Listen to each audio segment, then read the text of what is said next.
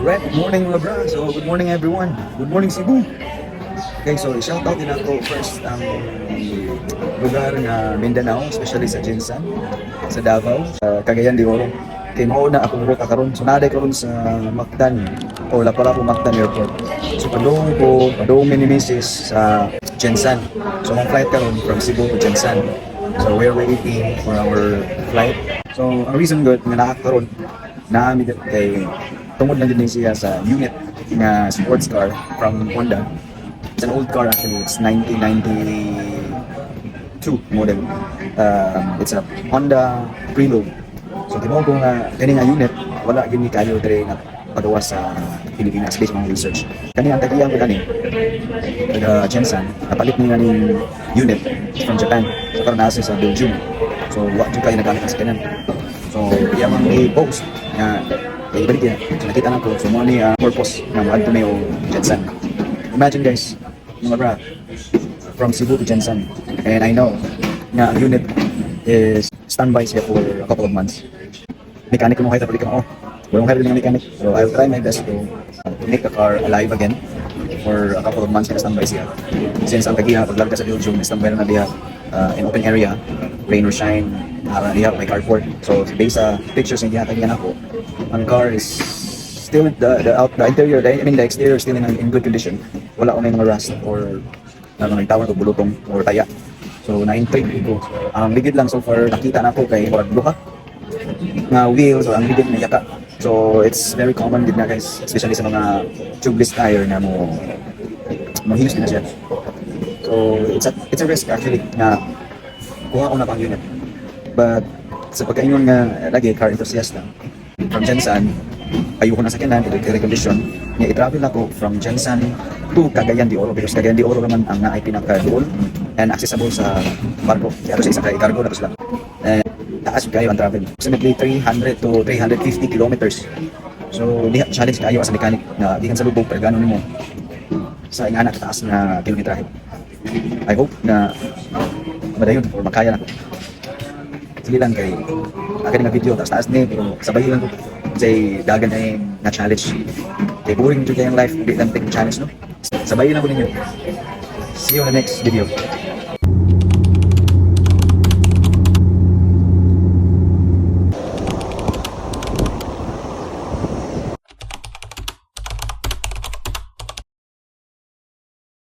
Alright mga bra, ang hapon na so man ako checking sa kinan. Wanda actually, okay naman yung Mino. So far okay yung ayak mo ICV, yung aircon mo function sa. Problema lang sa aircon kasi wala mag-i-on sa soul, pero naka-engage ang yung magnetic clutch sa compressor. So kanita po, muna piti-piti ang tingting yung makina. Karon supposedly, hindi ka nang tatapadong sa Cagayan de Oro, kaya sa Jinsan. Di ko confident nga dead on ako ang sakinan nga inatong situation kaya ang problema day. Na yung problema nga dapat unahon siya which is ang iyang dipstick. Usually sa transakin ang dipstick, naana siya sa mga sakinan naana siya gitawag dipstick tube. So sa iyang case, na ang dipstick putol, kay wala na to ang tube na butanganan gid nato sa dipstick. So ang dipstick, to sila i-direct ang dipstick dito sa port kung asa ibutang ang dipstick tube. So dito sa problema. And other things to check is the CV joint. Kaya every time mo turn ka or you turn, left turn, especially kung full turn ka, magkutok-kutok gud or naagi clicking sound sa iyang CV joint. That's a CV joint issue.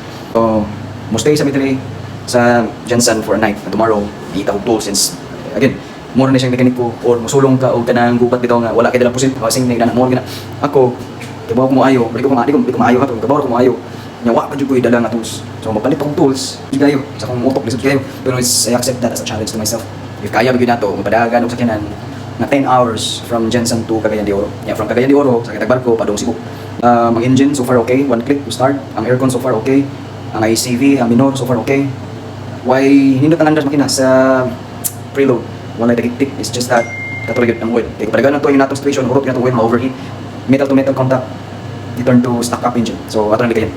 So, manatao, dapat to stinsan, niya since itong second, tinanglan ko siya i-condition. So, tayo tools, kaya dapat second, di ka nagsibol. Kita pwede ka na akong tools sa aeroplano. So, itong gamong ibuhat, palit ang tools, kailangan may mga DIY unit apps. So, muna itong tools.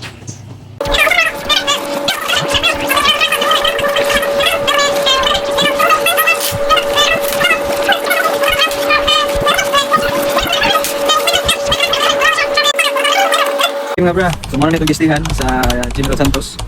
Muna nang auto na nakuha sa ang preload niya kapoy man lamig kay Chuchi lamig kay Marilor so are tapat ra so walking distance ra.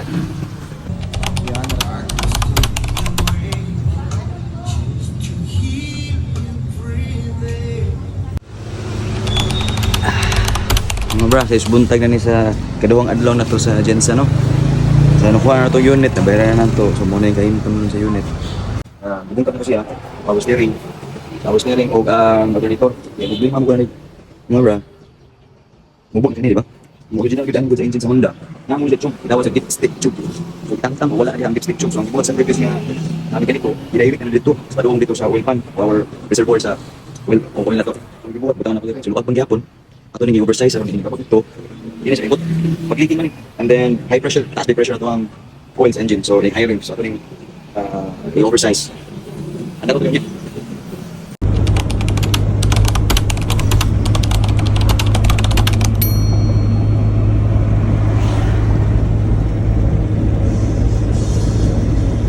Para balita ako kani reserva kay reserva to sa kanan niya. Hours pa lang yun.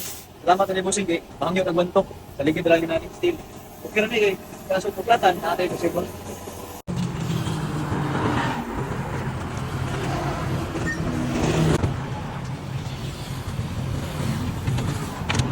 So nagdagan na kita no, ato na ginakadagan ang sakyanan.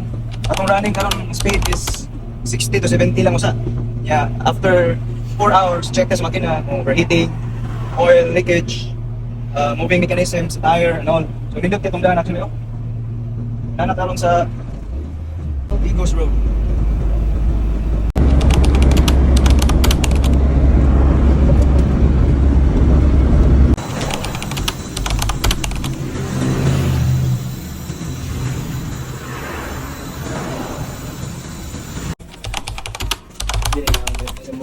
Salamat kayo mga dali mo naman.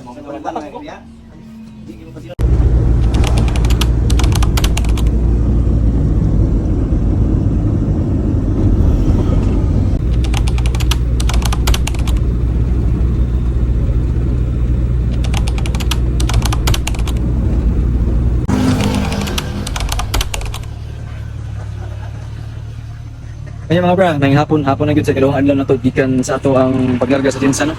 Wala na tawon sa bukid nun, abot din tawon sa kinan. Yun yan, tanawa yung mga presko kayong lettuce na mga bra. Sige makina, manang garilingan, 14 volts yapon ang supply, oil okay na, water okay.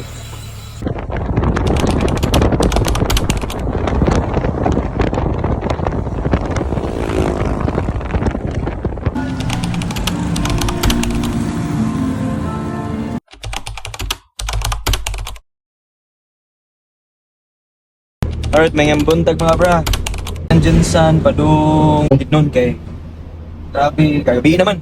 Kaya, nagkabiriya man ta, nibuto matong ligid. Of course, standby biyang sakyanan for couple of months. Buto, napalitan ko pagkong, brand new na lang ito ipalit, pero sure. Buto na sa medyo ko sa atin. Continue on Sayre Highway for 81 kilometers. Yeah. Kaya wala lang ko ka-video sa second night na to, sa hotel sa Mulberry Suite. Okay, nindot kayo so far ang 1.5 na free breakfast. Karon padung na ta sa Cagayan de Oro. Nindot kayo ang view. Open kayo ang area. Ako dan. Idagya po na to ato ang possible ato ang project car. Tip kayo ni, mo ko bati video kayo ni. Sabay ko ninyo hantod mahuman na tong project kanita dita gusto may tabo nga. Kana ato project maputol. Ato kini silang gastuan, paningluton sa pack sa original niya.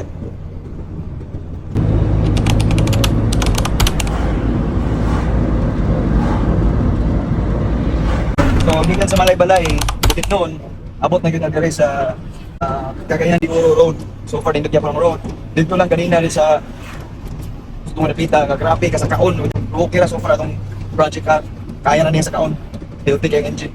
Kanya, padong na ta sa Cagayan Port. Human, sakay na itong sakyanan.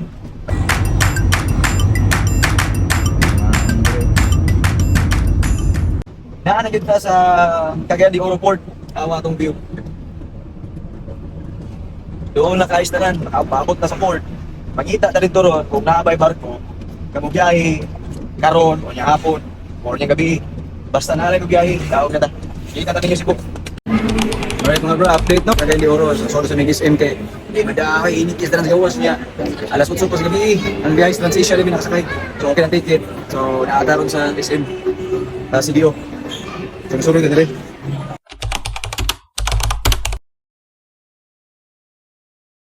Alright mga guys, hapon na, gabi na no. So muna ang nanata sa port, muna to ang barko, Transasia. So nanata dire sa nanang sakyanan dire, napaabot lang ta, ipasod, tawag ko na daw ta. Tapos na ni, mas makasakyanan ni, tuog sa barko. Yung karon waiting na lang ta, ang barko. May gabi mga bra, so Transasia barko no. So muna manihapon tayo gutong lisanan, so muna itong style dire. Muna 150 usa ka set na siya pagkaon, so atong gi-order. Ni.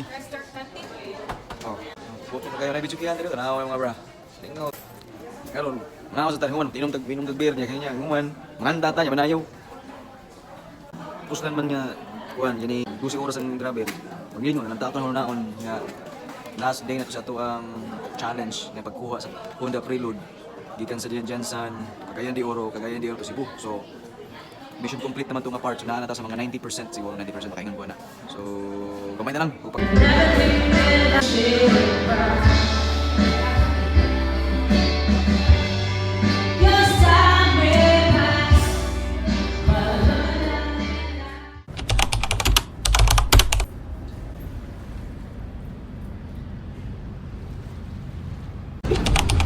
May buntag mga bra. So, napot na kita Cebu.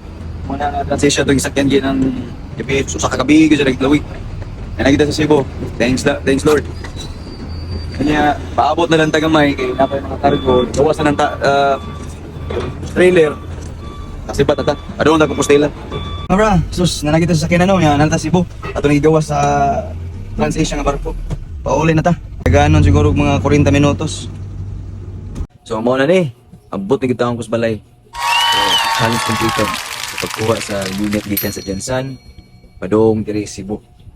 Pasalamat ako, shoutout na ko tanang tao dahil nga nagtabang namo sa mga trouble or mga aberya sa kalsada gikan sa Jansan, padong diha sa Cagayan de Oro. Daghang kay mga tao na akong naistorya which nindot kayo nga ang feeling ako nga na-fulfill na ko ang akong challenge.